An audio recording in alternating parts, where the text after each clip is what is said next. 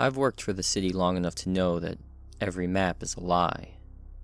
Not a complete lie, just incomplete in ways that matter once you're the one underground, standing in water up to your ankles with a headlamp starting to dim, while somebody on the radio asks you to confirm a valve number you still can't see.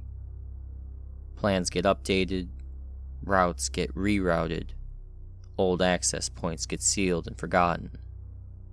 A brick chamber from 1919 gets walled off behind poured concrete in 1978, then quietly erased from the system sometime in the 90s after half the records moved to computers, and the other half got boxed up in a basement nobody wanted to sort through.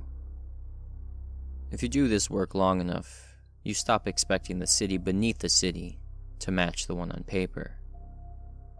But still, there are degrees.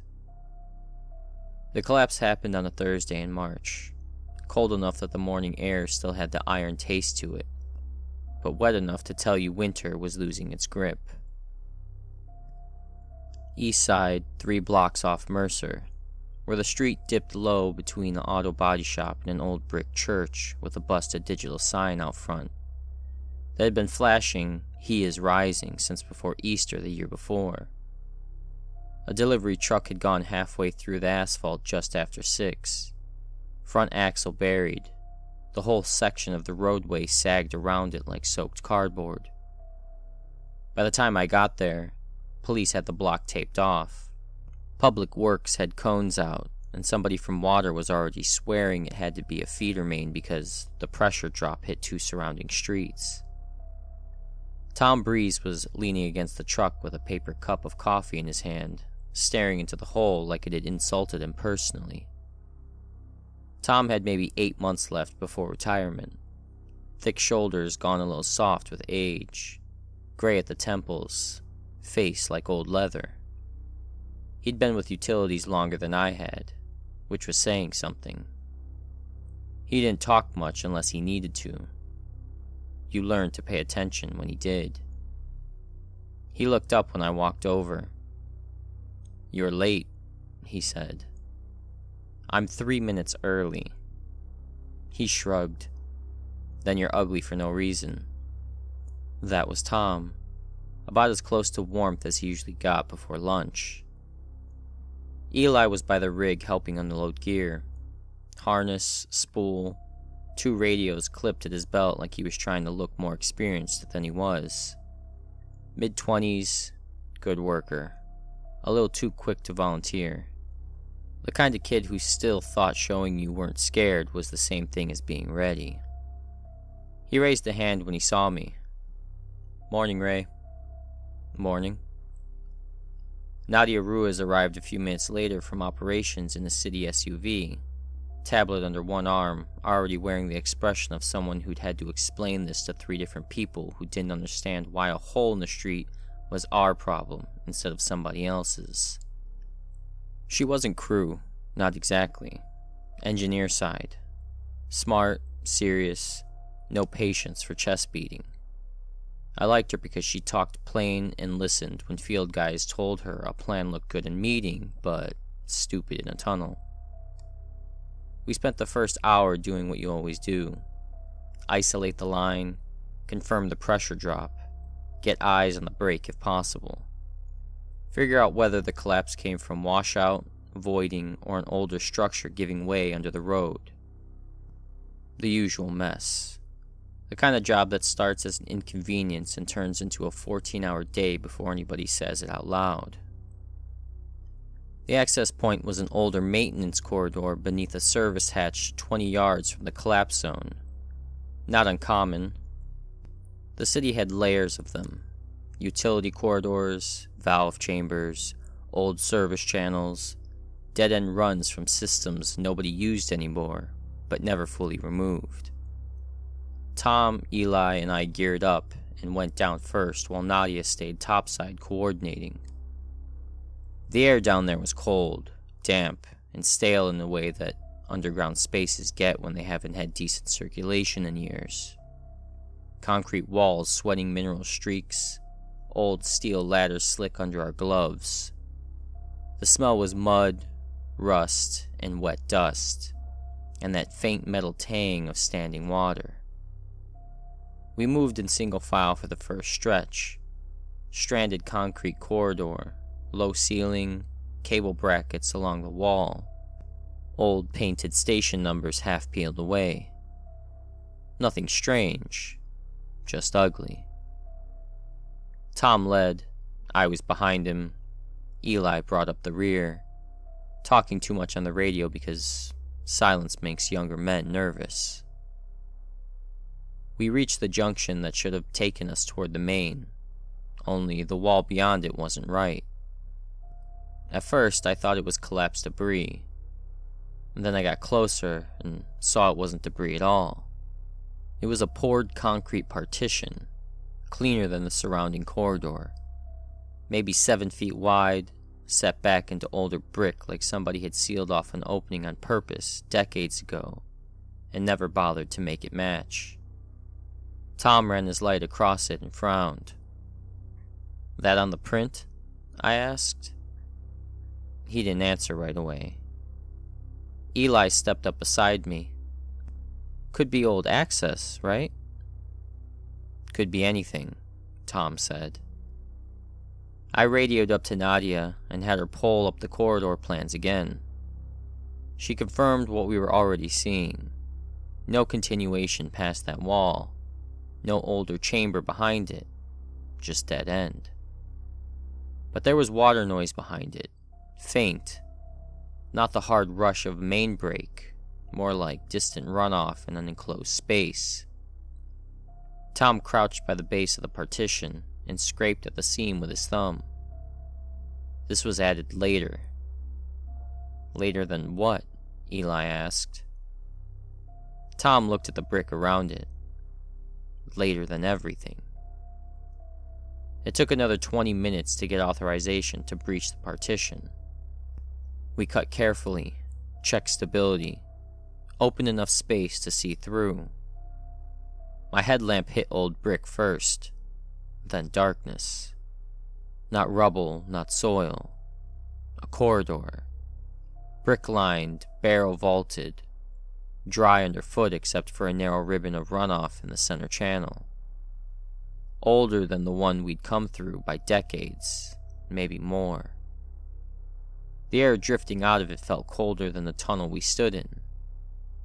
Eli let out a low whistle. That's not on the map. No one said anything for a second. Then Tom muttered, "No, it's not." I've seen forgotten service spaces before. Old steam routes, disused storage vaults, abandoned cable runs. There's always a little thrill to it. Not excitement exactly. More the feeling of finding a hidden seam in something you thought was finished. This didn't feel like that. There was a rusted maintenance box mounted just inside the breach on the right wall. Tom pried it open hard enough to shake rust flakes onto the brick. Inside was a laminated sheet folded in thirds. I took it because I was closest. The lamination was old, yellowed, bubbled at the corners. Somebody had run the original map through a machine years ago and then handled it with wet hands and dirty gloves for what looked like a lifetime. The printed base was a tunnel layout I didn't recognize. Older route numbers, outdated utility marks, junction codes the city didn't use anymore. It was the writing over the top that made me stop. Different pens, different thicknesses. Black, blue, red. Pencil in one place under clear tape. Notes in the margins. Arrows, X marks. Dates, maybe, though most were too smudged to trust. And warnings. Count your crew every time you stop. If you hear knocking ahead, wait. If you hear your name behind you, don't answer. Do not follow anyone into Section 4 unless you can see their face. Below all that, written larger than the rest, pressed hard enough to score the plastic. Section 4 is not a tunnel. Eli laughed first, but not because he thought it was funny, more because he didn't know what else fit. What is this? Old Union hazing? Tom took the map from me and stared at it a little too long. You ever seen that? I asked. He handed it back. No. But he said it in a way that meant he'd seen something close enough. I should say here that nothing happened yet. Not really. No voices, no thing in the dark. Just an old hidden corridor and a map full of warnings from men long dead or long retired. If we'd turned back then, maybe I'd still think of it as a strange piece of city history. The kind of story you tell over beers and let get bigger than it was. But there was water somewhere beyond that corridor, and the break still had to be found. And underground work has a way of turning weirdness into background noise when there's still a job in front of you. So, we kept going. The brick tunnel narrowed after 30 yards and curved left. The runoff in the center channel clicked softly over old grit and gaps in the mortar. Our boots made dull sounds. The echoes were wrong almost right away. Not dramatic, just wrong. You learn sound after enough years underground. You stop noticing it consciously. But your body still knows when a space is behaving the way it should.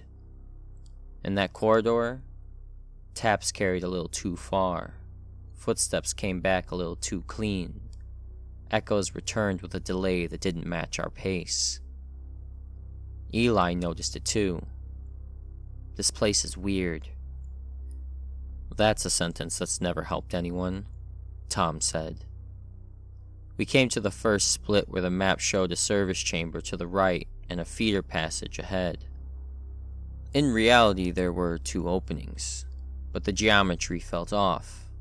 The right side looked shallower than it should have, and the left wall wore newer mineral straining than the rest of the corridor, as if water had been running over stone that wasn't supposed to be there. I compared the layout under my light. This doesn't line up.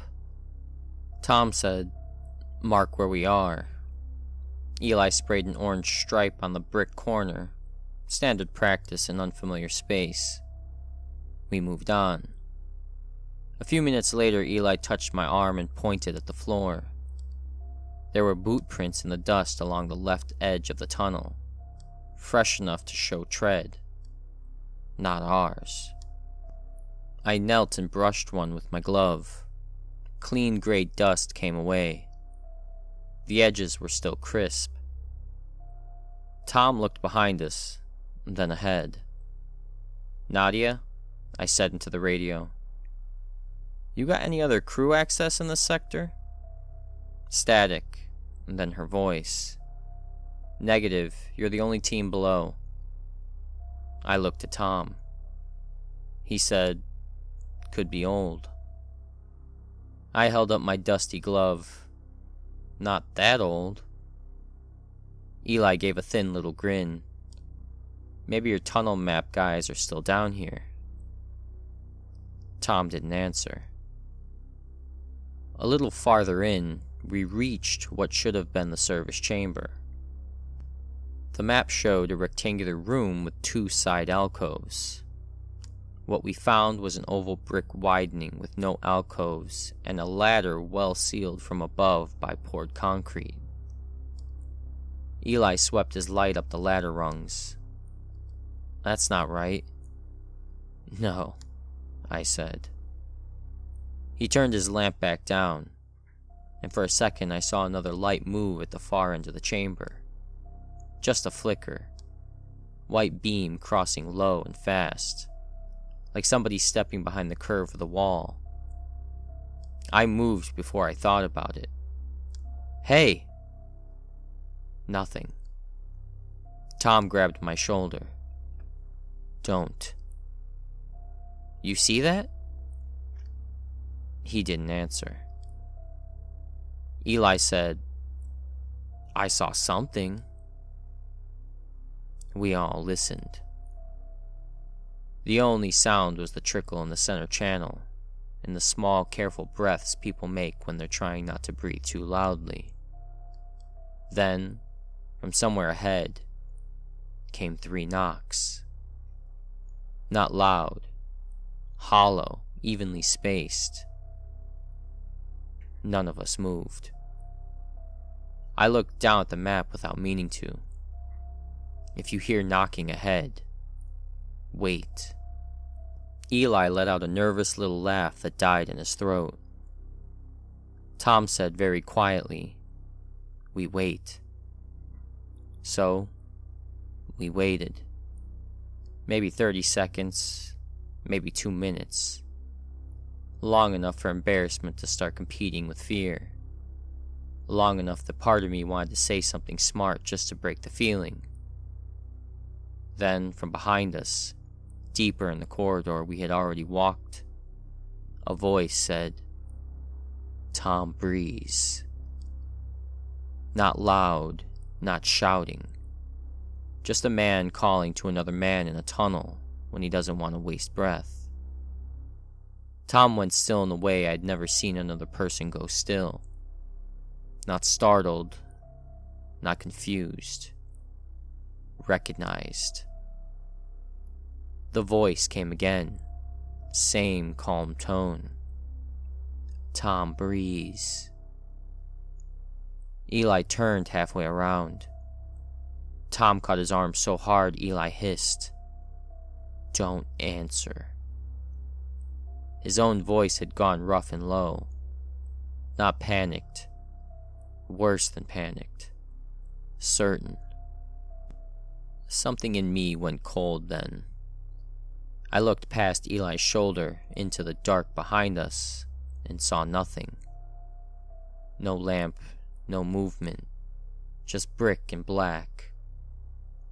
"Tom," I said, "who's back there?" He never looked away from the darkness. No one we're waiting for.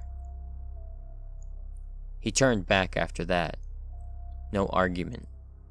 We moved faster than before, though not openly running, because running underground gets people killed even in normal places. At the split where Eli had marked the corner, we found 2 orange stripes instead of 1. His was there. Beside it was another. Same height, same fresh paint, same little drag at the bottom like the can had sputtered. Eli stared at it.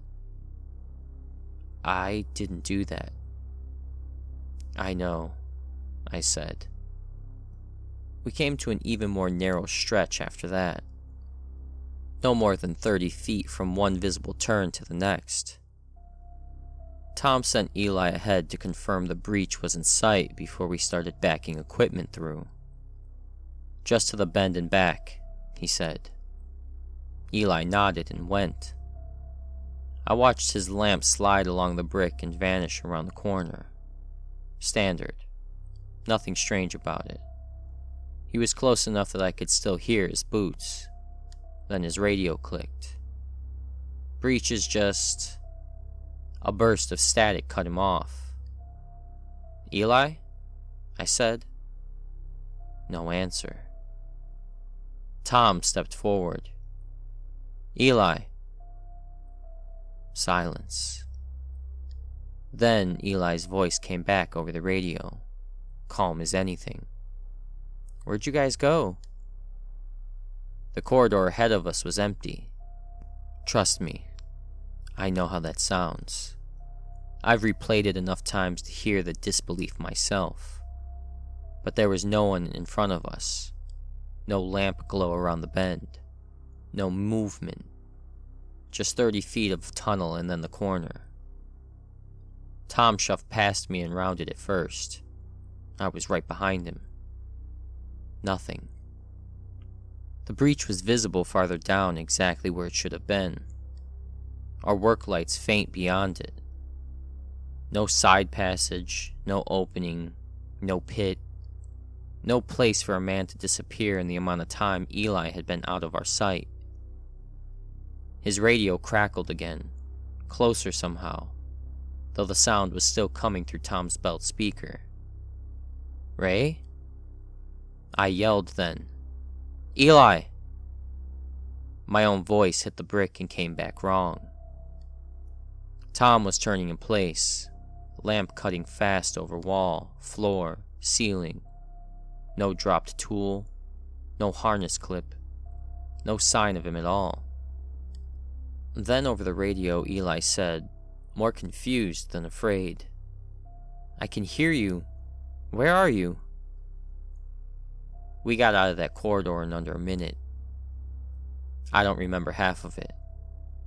Just my shoulder hitting the breech edge too hard, Nadia grabbing my harness from the other side, Tom dragging the cutting gear through with both hands and then telling everybody topside to seal the access until we know what the hell we were dealing with.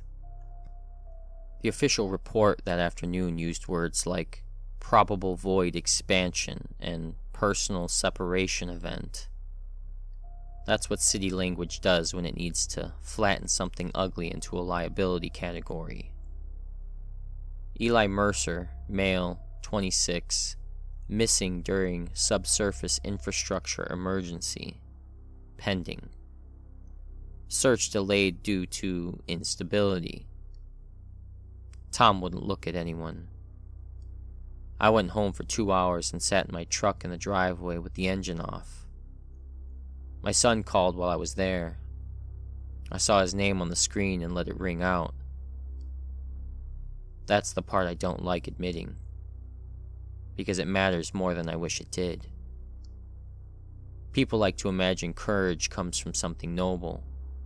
Duty, loyalty, experience. Sometimes it does. Sometimes it comes from shame.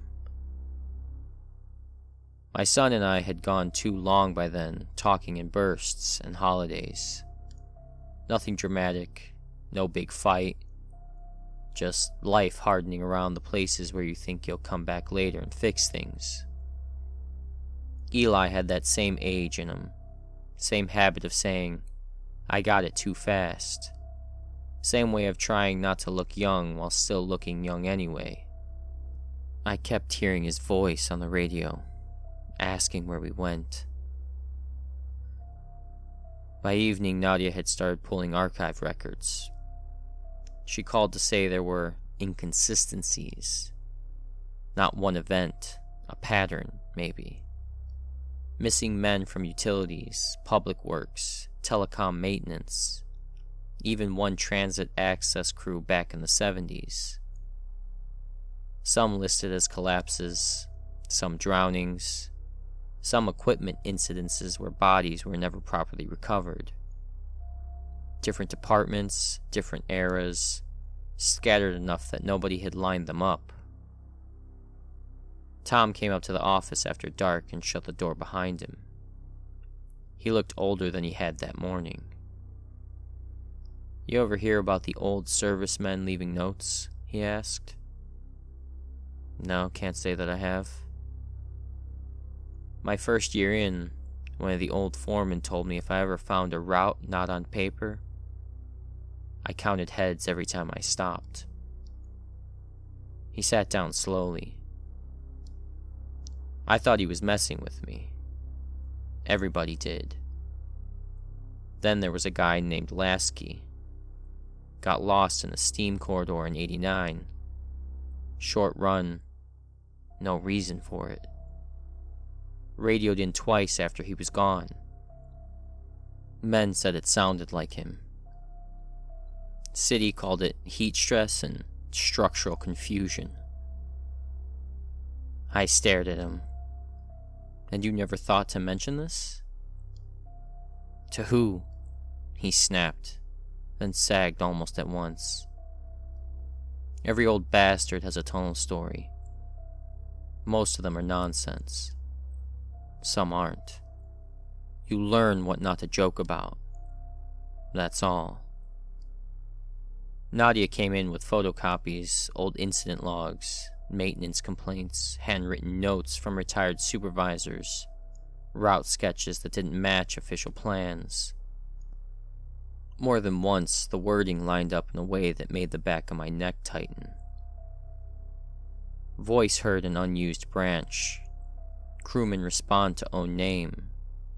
No visual confirmation before movement.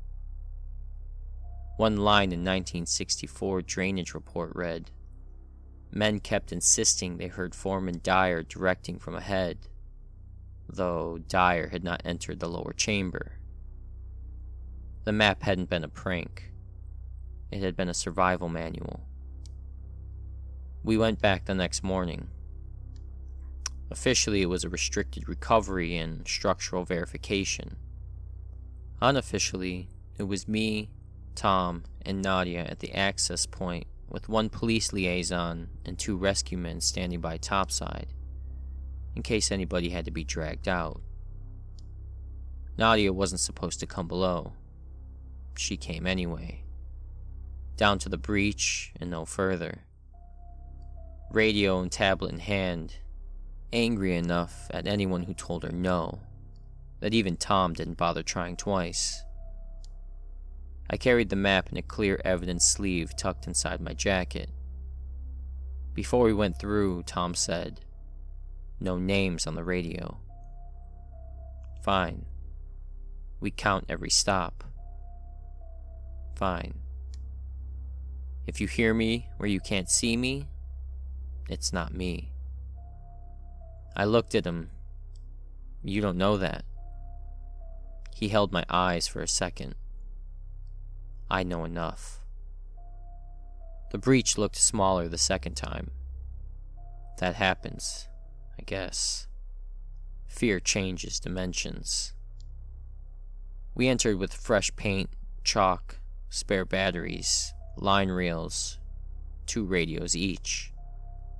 I marked the first brick with a white X and the time. Tom counted us under his breath. 1, 2. Then again after 10 paces. 1, 2. The tunnel felt colder than the day before. At the first split, Eli's orange mark was gone. Not faded. Gone. Just brick. I put my hand there and felt damp mortar. Tom said, "Mark it again." So I did. White paint this time, big as my palm. We moved deeper. The boot prints were back, only now there were more of them, crossing ours in places where no one could have passed us. Same thread depth, same human spacing. At one point I realized one set matched Eli's outsole pattern. I didn't say that out loud though. The knocking came once from ahead, and once from somewhere above us inside the brick. We waited both times. At the oval chamber, Nadia's voice buzzed over the radio asking for status. Her transmission clipped in and out under another sound that might have been breathing or might have been water moving through a tight pipe. Tom held up 2 fingers. "Count." 1, I said. 2, he answered. We entered the next stretch. This was where things started slipping. Our chalk arrows pointed back the way they should have, but twice we passed the same rust bloom on the wall despite taking no turns. The center channel split and rejoined without matching the map. A yellow valve stencil repeated on 2 different sections of brick 20 yards apart. At one point, I touched a wall I was sure had been curved a moment before and found a flat concrete plane under my glove. The place wasn't changing exactly. It was failing to stay one thing. That was when I understood the note. Section 4 is not a tunnel. It wasn't a room or a route. It was what happened when the underground stopped acting like built space and started acting like an imitation of it. Then we heard Eli laugh. Faint. Ahead and left. Not wild, not broken. Just the same embarrassed little laugh he'd made when he first read the map. Tom closed his eyes once, hard. The radio clicked. "Hey," Eli said. "I can see your lights." I kept mine fixed on the corridor ahead. "No names," I said to Tom. He nodded. The radio crackled again. "You left me down here a long time." The voice was right. Perfect almost. Same cadence, same breath between phrases. But there was no tremor in it. No anger. No panic. No relief. Just statement. We rounded a curve into a service chamber that should not have existed where we found it.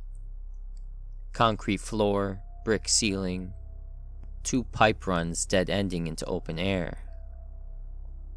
A maintenance chair sat in one corner facing the wall, like somebody had tried to furnish the idea of a workroom without understanding what a workroom was for. And Eli was standing at the far end in the spread of our lights, helmet on, harness dirty, face pale. He raised one hand. For one full second, every part of me believed it was him. And then the wrongness started. He stood too still. Not stiff exactly. Just not shifting his weight the way a tired man would after hours underground.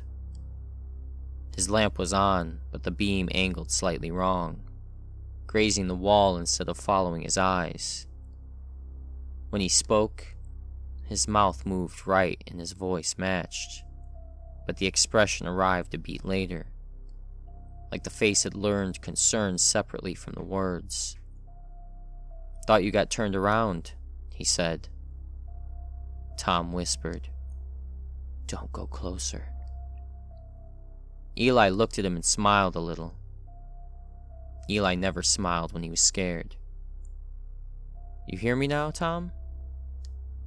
Tom made a rough sound in his throat and didn't answer. I said, "Come here." He didn't. Instead, he tilted his head a little and said, "You weren't supposed to follow the voice." That hit me so hard my knees nearly gave.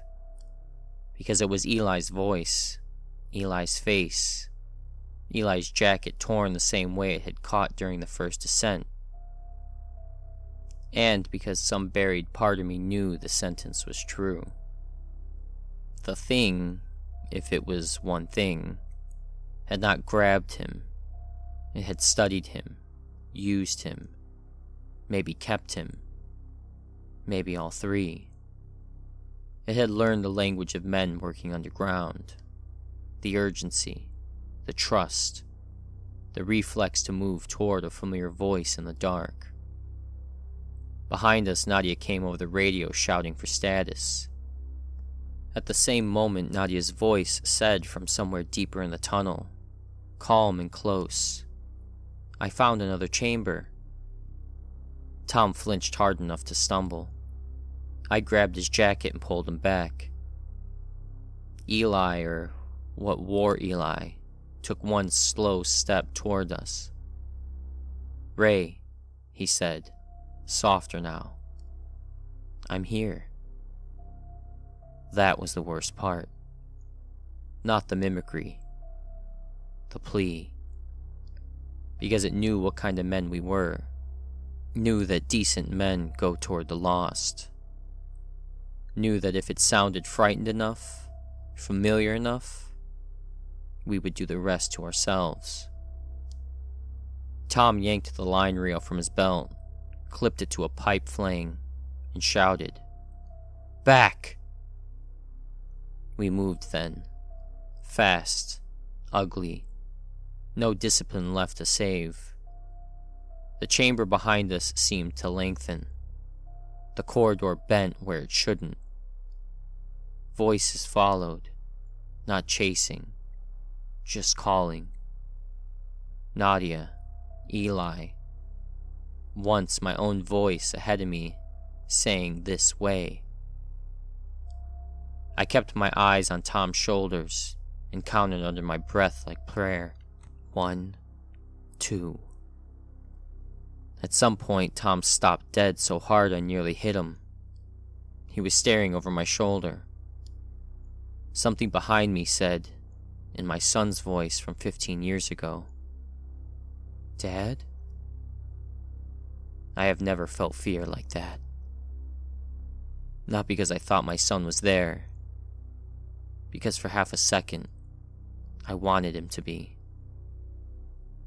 Tom shoved me hard enough to send me into the bend. Move. We hit the breach at a run. Nadia and rescue hauled us through. Someone dropped the temporary brace early. Somebody else started yelling about charges, collapse risk, seal the opening now. I turned back once before the partition came down. In the dark beyond the brick corridor, several helmet lights were visible at different heights, standing still, watching. The city sealed the access by afternoon.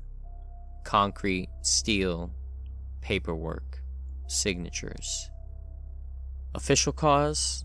Structural instability following washout and undocumented secondary void exposure. Eli Mercer was declared lost in the event 3 weeks later. His mother got a city liaison, a pension packet, and language no one should ever have to hear repeated in a fluorescent office. Tom filed retirement papers a month early. Nadia kept working. So did I. That's the ugliest truth about jobs like ours. The city keeps needing water. Streets still cave in. Somewhere else a valve still has to be turned. Grief doesn't stop systems. It just gets folded into them. I kept the map. Nobody asked me to. I just never turned it in with the rest of the material. Maybe that was selfish. Maybe it was the first useful thing I did. I read it over and over in my kitchen some nights after that, under better light than it had probably ever seen underground. The different handwriting bothered me most, not the warnings. The number of men it took to write them. Different pressure, different slants, different generations of fear trying to leave something behind for the next crew. About 6 weeks after the collapse, I laid it flat on my dining room table on a Saturday afternoon and started copying the annotations into a notebook, trying to make sense of which marks belonged to which routes. Sunlight through the blinds, dishwasher humming, normal day sounds, safe sounds. That's when I saw the new note. It was in the lower right corner, near a section of the map I could have sworn had been blank before. Small handwriting. Pencil, maybe carpenter's lead, pressed light but clear enough to read. You were right not to follow my voice. I sat down very slowly. I stared at it for a long time, trying to decide whether I had missed it before, whether the light was better now, whether I wanted to believe that. Maybe I had. Maybe I hadn't. I put the map back in the sleeve, locked it in the basement cabinet, and never took another underground job without counting heads every time I stopped. Maybe that was all the note meant to do. Maybe it was a thanks. Maybe warning. I don't go looking for explanations anymore. I just know there are parts of this city that were never empty, and men better than me learned the rules one loss at a time. If you ever find a map where the warnings look older than the paper they're written on, don't laugh too hard. And if something below ground calls your name from a place you can't see, let it keep calling. Thanks for listening. If this story sent shivers up your spine, give me a like and a subscribe, and I'll see you in the next video. Good night.